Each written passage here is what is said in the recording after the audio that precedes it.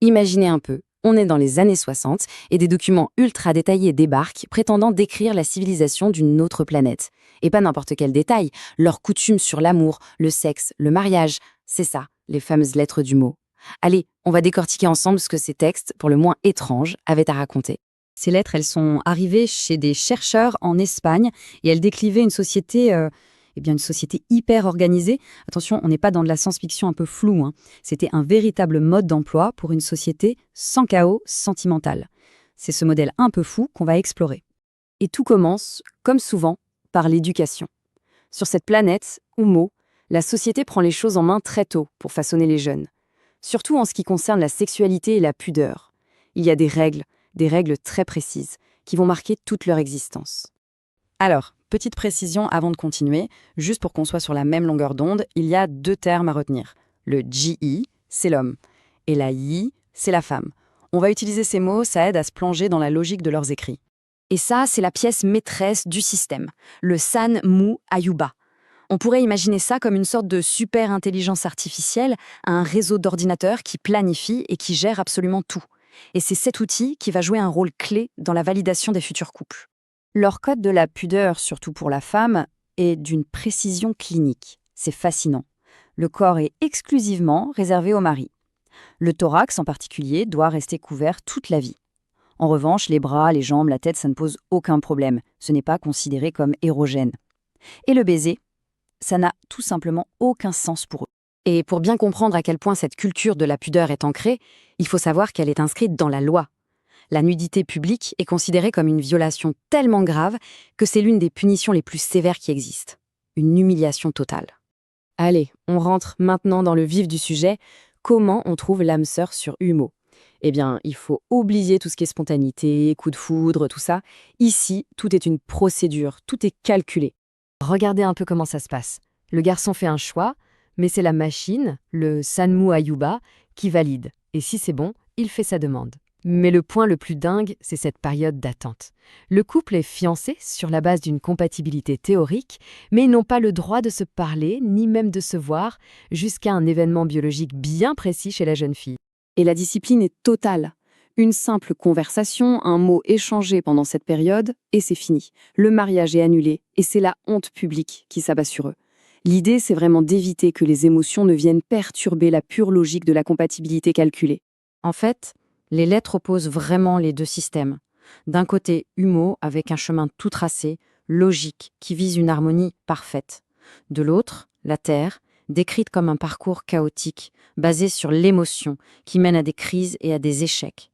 Pour eux, l'énorme décalage qu'on a sur Terre entre la puberté et le mariage est une sorte d'anomalie sociale et biologique. Alors, comment est-ce que tout ce processus se termine ? Comment ça culmine ? Le mariage lui-même, vous allez voir, est à l'image du reste, fonctionnel et sans chichi. La cérémonie est minimaliste.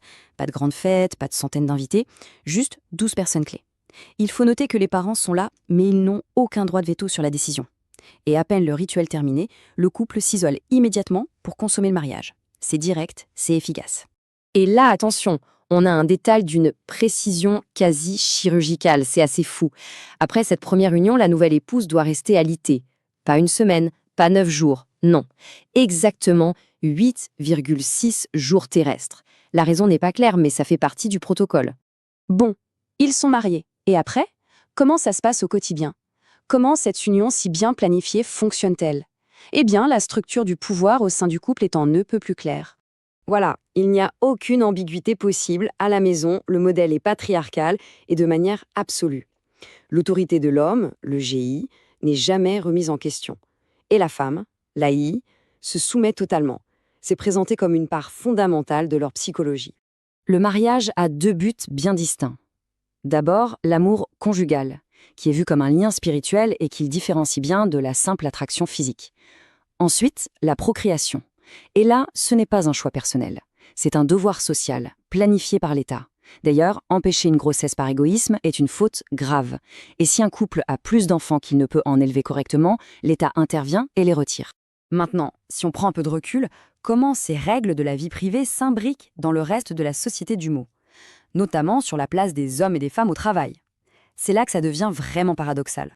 Et voilà le grand paradoxe. Cette femme, Laïe, qui est totalement soumise à son mari à la maison, peut, dans sa vie professionnelle, devenir la chef de n'importe quel homme, y compris son propre mari. Les promotions sont basées uniquement sur les compétences. Le genre n'entre absolument pas en ligne de compte. Et ce qui est intéressant, c'est que le texte ne cache pas que cette situation est psychologiquement difficile pour les hommes. Ils ressentiraient une humiliation bien plus forte que les hommes sur Terre, mais leur éducation les conditionne à accepter cette hiérarchie avec une discipline de fer. Au final, tout ça, toutes ces règles, de la pudeur à la planification des naissances en passant par ces rôles de genre si particuliers, ça sert un seul et unique but: créer une société stable, efficace, harmonieuse et la débarrasser de tous les maux sociaux qui, d'après les lettres, gangrènent la planète Terre. Alors, qu'est-ce qu'on retient de ce modèle?